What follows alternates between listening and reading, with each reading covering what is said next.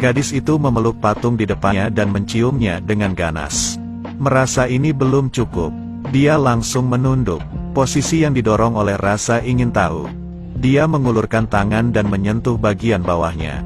Tapi saat ini, teman sekelasnya Sasuke tiba-tiba menerobos masuk. Temannya bertanya padanya apa yang dia lakukan. Gadis itu berkata bahwa benjolan ini mempunyai bentuk yang sangat aneh. Apakah semua laki-laki mempunyai benjolan nyanyut ini? Ternyata tidak ada laki-laki di rumah gadis itu. Ketika dia masih muda, ayahnya pergi. Sudah ada 20 tahunnya tapi dia masih belum mendapatkan ciuman pertamanya. Pernyataan ini membuat kepala Sasuke langsung melonjak. Dia dengan cepat menelan ludahnya. Kemudian dia mengajak gadis itu untuk mencoba ciuman pertamanya. Namun saat mereka hendak mencobanya, tiba-tiba seorang teman sekelas muncul. Dia bertanya, "Apa yang kalian lakukan?" Sasuke buru-buru menjelaskan bahwa mereka sedang mempelajari patung itu. Namun teman wanitanya itu segera melihat kebenarannya. Tunggu sampai gadis itu kembali ke tangga. Dia langsung menamparkan wajah gadis Suzu ini. Peringatkan dia untuk tidak mendekati Sasuke di masa depan. Karena mereka sudah bertunangan. Keluarganya sangat merespon dan mendukung. Orang miskin sepertimu tidak boleh bermimpi. Dia mendapatkan penghinaan. Merasa sangat tidak nyaman di dalam. Ketika dia kembali ke rumah pada malam hari, dia melihat dua pria bertubuh besar di rumah ibunya. Mereka menghancurkan dan memarahi ibu Suzu. Hal ini membuatnya sangat ketakutan. Sebelum pergi, mereka meninggalkan banyak uang. Namun karena marah, ibu Suzu melemparkan uang mereka kembali. Ternyata kedua orang ini ingin membeli toko ibunya. Ibu takut putrinya Suzu akan khawatir. Jadi dia mengatakan kepadanya bahwa dia sudah mengurus biaya sekolah. Saya hanya perlu belajar. Anak perempuannya takut ibunya akan menjual tubuhnya untuk mendapatkan uang.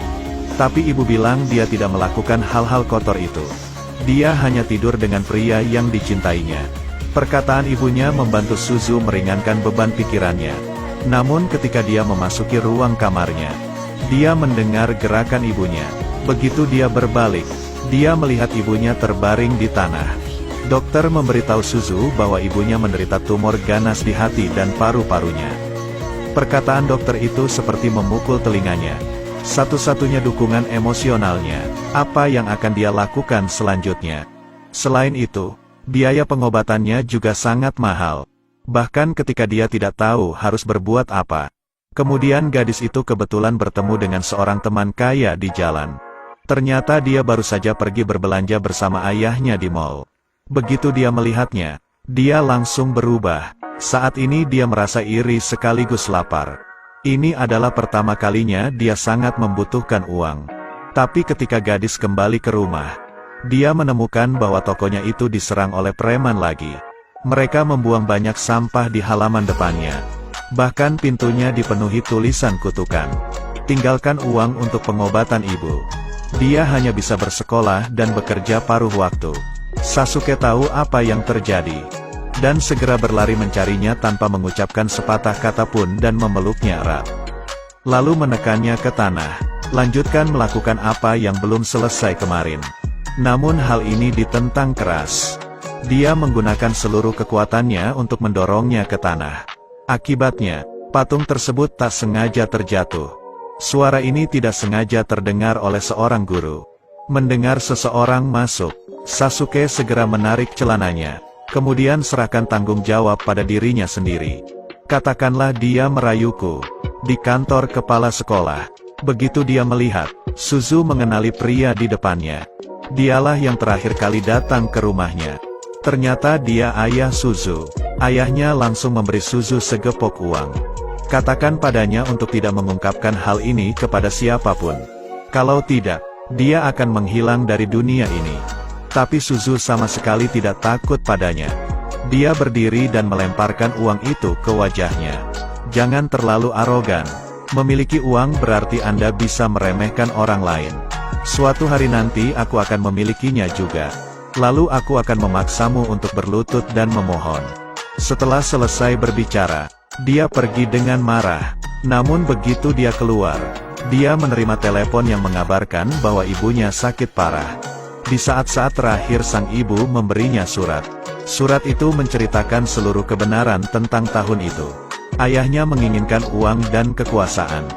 Jadi saat ibu Suzu sedang hamil, dia meninggalkan ibu dan anak tanpa ragu-ragu. Hal ini menyebabkan ibunya putus asa dan mengalami depresi. Akhirnya meninggal karena kanker. Lalu dia memutuskan untuk meninggalkan kota ini. Sebelum berangkat dia bertemu musuhnya lagi. Lihat penampilan mereka yang arogan. Keinginan balas dendam di hatinya semakin kuat. Kemudian dia naik bus dan pergi ke kota asing. Sekarang dia memahami pentingnya uang. Meskipun dia tidak punya uang, dia tidak punya status, tapi ada senjata bernama wanita, untuk membuat musuhnya membayar. Bahkan jika dia menjual tubuhnya, dia tidak akan ragu. Jadi dia pergi ke klub malam. Tolong izinkan saya menjadi resepsionis. Saya juga mengatakan bahwa saya menghargai rencana ini dan hari ini saya bertekad untuk melaksanakannya. Bahkan bertekad menjadi pegawai nomor 1 di sini. Begitu dia selesai berbicara, karyawan nomor 1 tiba-tiba masuk. Begitu saya melihatnya, saya mengeluarkan komentar sinis. Katanya dia hanya gadis desa. Beraninya kamu mengucapkan kata-kata seperti itu. Jangan bayangkan kekuatanmu lagi. Lisa lalu berjalan mendekat untuk melihat kalung itu.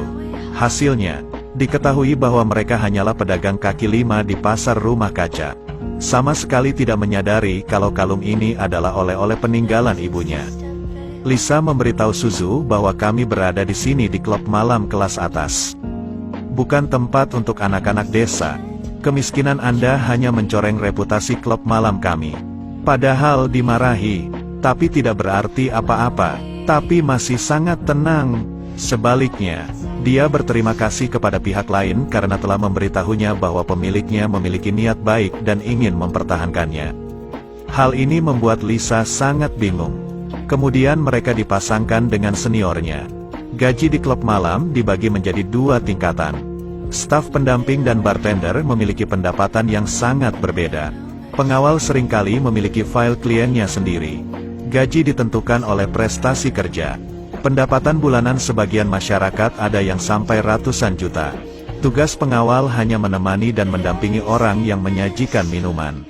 Setara dengan tingkat asisten. Pada hari pertama kerja, dia disatukan menjadi asisten Lisa. Dengan sifat arogannya, ia terus-menerus membuat keadaan menjadi canggung. Dan mempermalukan dirinya di depan pelanggan. Setelah kembali, dia memarahinya. Kemudian dengan murah hati mengundang saudari-saudari lainnya untuk makan malam. Dengan sengaja melakukan hal tersebut untuk menyebabkan isolasi. Ketika dia dengan lesu keluar dari kamar, dia secara tidak sengaja melihat seorang pria. Pria itu menjatuhkan teleponnya. Tunggu sampai Anda mengejar dan mengembalikannya. Lalu pria itu menghilang tanpa jejak. Tapi saat dia hendak pergi, telepon tiba-tiba berdering. Sebelum dia bisa mengatakan apapun, orang lain muncul di hadapannya. Kemudian dia memutuskan untuk menjauh dan pergi ke sebuah ruangan. Ternyata ini cara baru menggoda gadis di negara kepulauan Taiwan. Bukan suatu kebetulan bahwa orang-orang menemukan metode ini. Karena sambil bermain bir, Anda bisa leluasa menyentuhnya. Awalnya Suzu sedikit merasa jijik. Tapi ketika dia melihat pria di depannya itu cukup baik, dia mulai berkompromi dengannya. Keesokan harinya, setiap habis bekerja, dia selalu datang menjemputnya dan mengajaknya makan makanan khas setempat. Ini membuatnya merasa aman. Bagaimanapun, ini adalah teman pertamanya sejak dia tiba. Tapi hari itu ketika maminya pergi mencarinya, dia tidak sengaja menemukannya bersama pria. Ditanya siapa pria itu, dan menjawab dia adalah teman yang baru saya temui. Maminya takut Suzu tertipu. Dia langsung menyuruhnya untuk tidak mempercayai perkataan laki-laki di luar sana. Pada awalnya dia mungkin orang baik. Namun ketika masalah muncul, sifat aslinya terungkap. Tapi katakan padanya bahwa dia percaya bahwa bagaimanapun juga, dia adalah teman pertamanya di sini. Katakan pada Mami untuk tidak khawatir. Hari itu, Mami tiba-tiba menemukannya dan memberinya foto. Hasilnya langsung mengejutkannya. Di foto itu adalah pria yang baru dia temui. Setelah Mami menyelidikinya, dia menemukan bahwa latar belakangnya tidak sederhana. Dia adalah anggota geng Golden Dragonmon yang merayu dan menculik wanita. Tiba-tiba Suzu merasakan hawa dingin di punggungnya. Informasi tak terduga ini membuatnya sangat kecewa. Pada saat itulah Takeshi tiba-tiba menelepon untuk menemukannya. Ragu-ragu lama, lalu berpura-pura menjawab telepon dengan gembira. Takeshi mengajaknya pergi ke pantai bersamanya besok. Suzu agak malu pada awalnya. Kemudian dengan senang hati menyetujui permintaannya. Keesokan harinya keduanya pergi ke pantai yang indah. Tanpa diduga, Takeshi tiba-tiba mendorong Suzu hingga jatuh ke tanah. Bagaimanapun, dia sudah mengetahui identitasnya, tidak perlu bertindak lagi. Tapi Suzu masih menolak dengan sekuat tenaga. Meskipun aku menyukaimu, kamu tidak boleh memperkosa aku. Setelah berbicara, dia dengan tegas mendorongnya menjauh. Pada titik ini Takeshi menyadari dia masih belum tahu apa-apa. Beritahu Takeshi bahwa dia pergi ke klub malam karena suatu alasan. Meskipun aku sangat ingin memberikan dedikasi pertamaku pada Takeshi, tapi dia terpaksa menyimpannya untuk maju ke pelanggan kelas atas. Hanya jika dia punya uang dan kekuasaan. Hanya dengan begitu dia bisa kembali untuk membalas dendam. Jadi kali keperawanannya ini bernilai emas. Harus diberikan kepada seseorang yang bisa membantunya mendapatkan segalanya. Setelah mendengar situasinya, Takeshi tiba-tiba merasa berhati lembut. Dia melepas jaketnya dan memberikannya pada Suzu. Kemudian memberitahunya bahwa dia akan membantunya mewujudkan mimpi ini. Aku tidak membutuhkan tubuhmu. Yang aku butuhkan adalah hatimu. Aku tidak akan pernah meninggalkannya bahkan setengah langkah pun. Kata-kata ini membuat Suzu sangat bahagia hingga dia menangis. Jadi keduanya berpelukan dan menangis. Di malam hari, klub malam mengadakan pertemuan bulanan. Musuh besar Lisa adalah karyawan terbaik bulan ini. Menyaksikan orang lain menerima segumpal uang setebal buku. Berjanjilah pada diri sendiri bahwa dia harus mengambil posisi itu. Setelah kembali ke kamarnya, Suzu dengan penasaran bertanya pada teman tidurnya. Mengapa kinerja bulanan Lisa begitu tinggi? Temannya menceritakan kepada Suzu bahwa Lisa sering mengunjungi stasiun tersebut. Tidak hanya menyajikan minuman, tetapi juga ingin bermalam bersama para tamu. Baru saat itulah Suzu menyadari betapa menariknya tubuh wanita. Hari itu seorang lelaki tua masuk ke bar. Setiap orang yang melihatnya membungkuk hormat. Terasa agak aneh, tapi Mami memberitahunya bahwa orang tersebut adalah pelanggan VIP restoran tersebut. Memiliki banyak usaha real estate hotel. Lokasi hiburan di selatan. Ada juga beberapa perusahaan yang terdaftar. Dia perang terkaya di Jepang. Tangkap saja dia, hidupnya akan memasuki halaman baru. Tapi orang ini sangat sulit untuk dilayani. Jangan pernah memainkan item yang sama dua kali. Kepribadiannya juga sangat aneh, itu sebabnya orang-orang memanggilnya orang tua. Menghadapi peluang emas, bertekad untuk tidak ketinggalan. Jadi dia memperkenalkannya kepada lelaki tua itu. Namun, lelaki tua ini sepertinya tidak peduli. Melihat itu, aku bertanya tipe wanita seperti apa yang kamu suka. Orang tua itu berkata dia menyukai orang yang membuatnya bahagia. Lihatlah penampilan orang tua yang tidak sabar itu. Berjanjilah bahwa aku pasti akan membuatnya bahagia. Tapi dia berharap dia bisa memberinya 3 kesempatan. Jika Anda masih tidak bisa melakukannya pada akhirnya, kemudian Anda bisa menanganinya sesuka Anda. Orang tua itu tiba-tiba merasa gadis ini sangat menarik. Ide ini juga sangat unik. Jadi dia langsung setuju. Hal ini membuat Lisa di sebelahnya sangat marah. Dia berusaha sekuat tenaga tetapi tidak bisa menangkapnya. Mengapa memberikan 3 kesempatan kepada gadis desa ini? Saat Lisa hendak memberi pelajaran pada Suzu, tiba-tiba Mami berlari keluar untuk menghentikannya. Tapi untuk mencegah Suzu menerima orang tua itu, Lisa merobek gaunnya menjadi 100 bagian. Tapi dia tidak menyangka hal itu setelah dipangkas dengan hati-hati. Gaun itu menjadi mahakarya yang melegenda.